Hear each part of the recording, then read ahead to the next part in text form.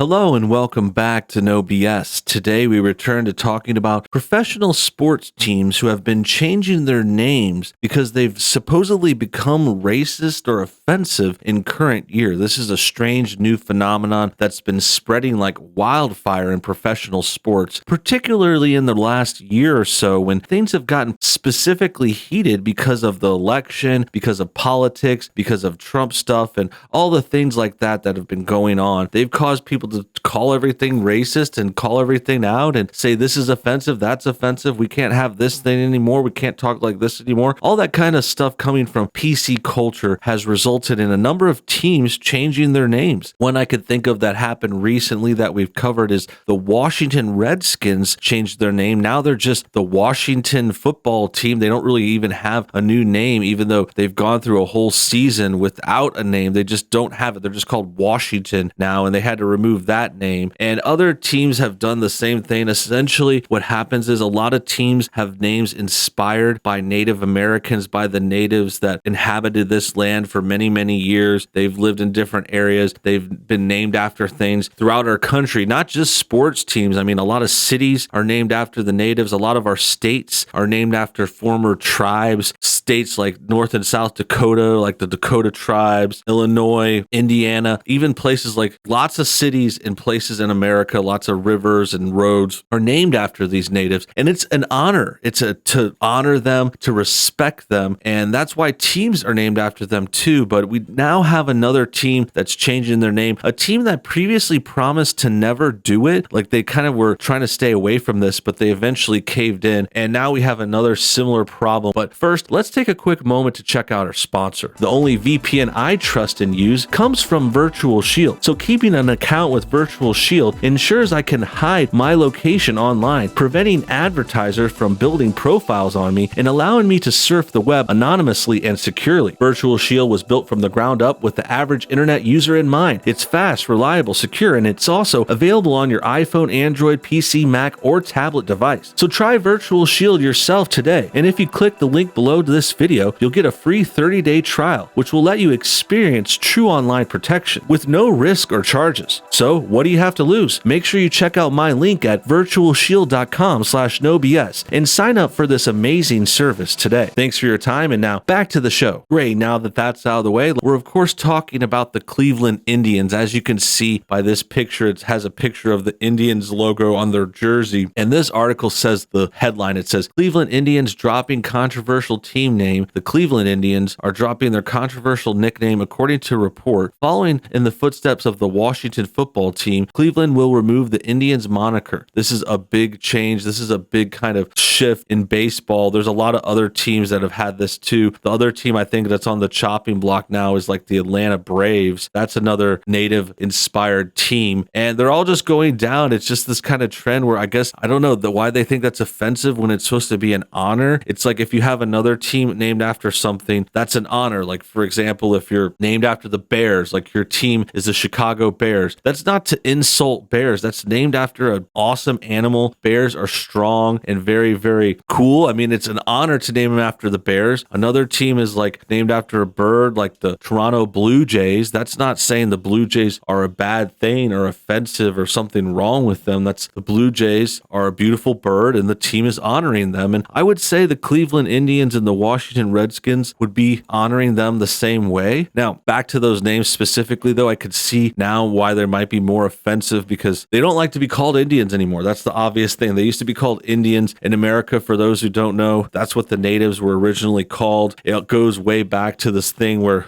some of the first settlers here thought they were in India, so they called these natives Indians. They kind of have similar looks to Indians as well as far as skin tone. And that was just an error made a long time ago when they discovered this country. And it kind of just stuck with them for a while. And really, the Native American name is more of a modern contraption. It's more invented in the modern era. I'm not against it. I'm fine if they want to be called this or that. I just don't see the big deal in the first place. I don't see why all of a sudden an old name is offensive when it's been used for a while. It didn't really sound bad. Like, I don't know. Here you could see RSBN chiming in saying this is the dumbest thing ever. You people have gone mad. Not good reactions from this announcement. I don't think they're getting the reactions they hoped for. As you can see, this ratio isn't too good on this story. 1.5 1.4K likes versus 1.7K comments. That's as what they would call being ratioed. Now, this isn't exactly from the Cleveland team. This is just a news article referencing the story, but it's still not a good sign. It's not going over well. It's not going to get the Cleveland Indians like a bunch of attention like I think they hope. Like I think these teams do this hoping to get positive press and get their club attention, but really it just looks desperate. It looks like they're trying to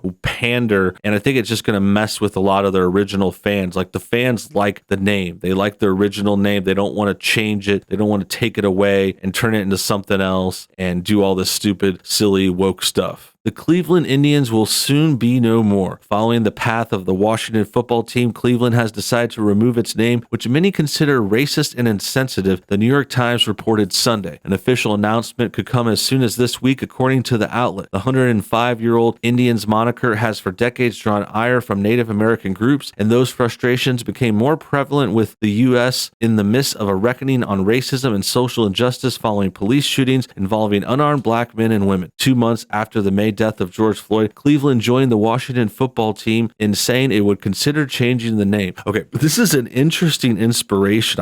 I'm really baffled by this. This article isn't necessarily wrong. I think the New York Post actually doesn't typically go too woke or PC. They're one of the almost good ones out there. But the point is, first of all, this is a 105-year-old name. It all of a sudden becoming offensive after 100 years is super silly and lame. And it just shows how insane this woke culture has become. It shows how these kinds of people, they just want to control other people and tell them what to do, tell them this is offensive or racist, act like something wrong is going to happen because of this name. It's not. This reckoning of racism and social injustice is totally concocted. I mean, the way this article frames it does have me worried because they say involving unarmed black men and women. It makes it seem like, oh, these people that died in these arrests gone wrong is what I would call it. They call it a police shooting and they say they're unarmed. It makes it sound like they're totally innocent and never did anything, like cops are just out there killing minorities. That is not even close to it at all. What we have here is arrests gone wrong. We have people committing crimes, people attacking the police officers when they attempt to arrest them also reaching for weapons on the police officers. So just because someone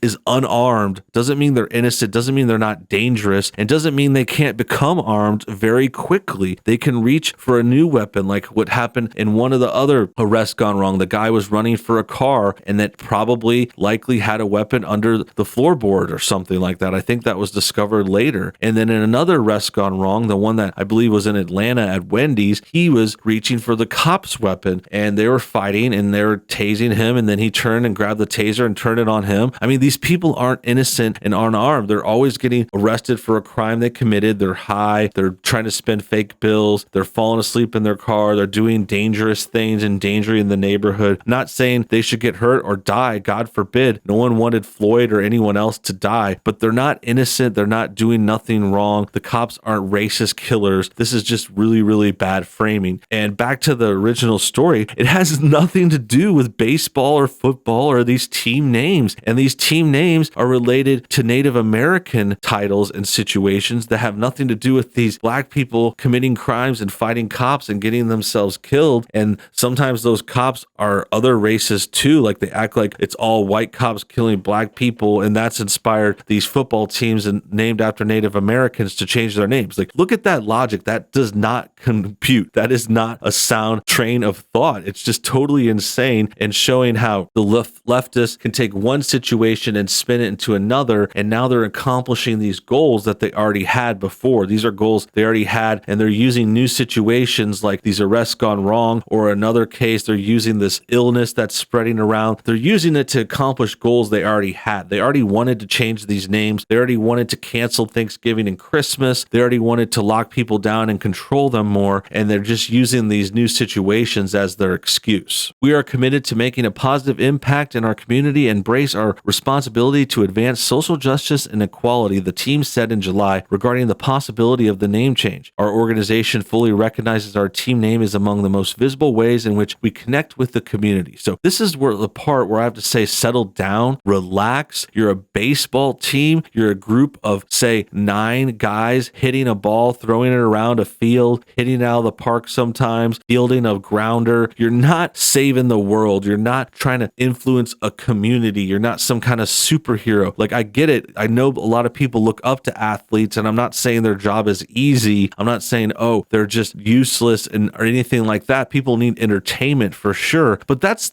it. It's entertainment. You guys are basically trained seals at a zoo or something like that. You're equivalent to an actor in a play or someone performing a musical instrument on the side of the street. Like, you're not saving the world. You're entertaining a few people, maybe millions of people in this case. We're talking about big professional sports teams, but the fact that they're trying to act like, oh, we're influencing the community, we're changing social justice and embracing our responsibility, equality, all these buzzwords, it's just too much. You need to settle down. You need to slow your roll and just recognize you are just grown men playing a child's game. Just over a week after Cleveland's announcement, the Washington football team retired its use of the name Redskins following pressure from sponsors. The football team has not yet selected a replacement name because it didn't have enough time to rebrand the franchise before the season began in September. The baseball team's plans moving forward were not immediately clear. This season begins in April. While the ongoing social unrest sped up the process, it seemed to be a matter of time before the American League team dropped the name. In the beginning of the 2019 season, the team began phasing out its Chief Wahoo mascot, a character that had been long criticized. The emblem was replaced by a block C that calls to change the name continued. So they kind of took out their mascot. They had this guy that was on their hats for a while too. And I kind of recognize that as slightly, possibly more offensive. Not a problem for me. I think if a lot of Native Americans are upset about this, I think it shows more about how weak-willed they are. But that's besides the point. The point is, this is just another slide down the slippery slope of progressive politics, invading our hobbies and pastimes. Changing the name is just a small thing compared to all the other things these sports leagues have done. The BLM stuff, the woke stuff, the kneeling, all that stuff is just getting infused in our sports, and it's really ruining them. That's the biggest problem. So with that said, tell me what you think in the comments below. Have you been offended by a team name like this? Is it necessary to change it? Let me know what you think. Subscribe if you're new, hit the bell for notifications, and we'll see you on the next video.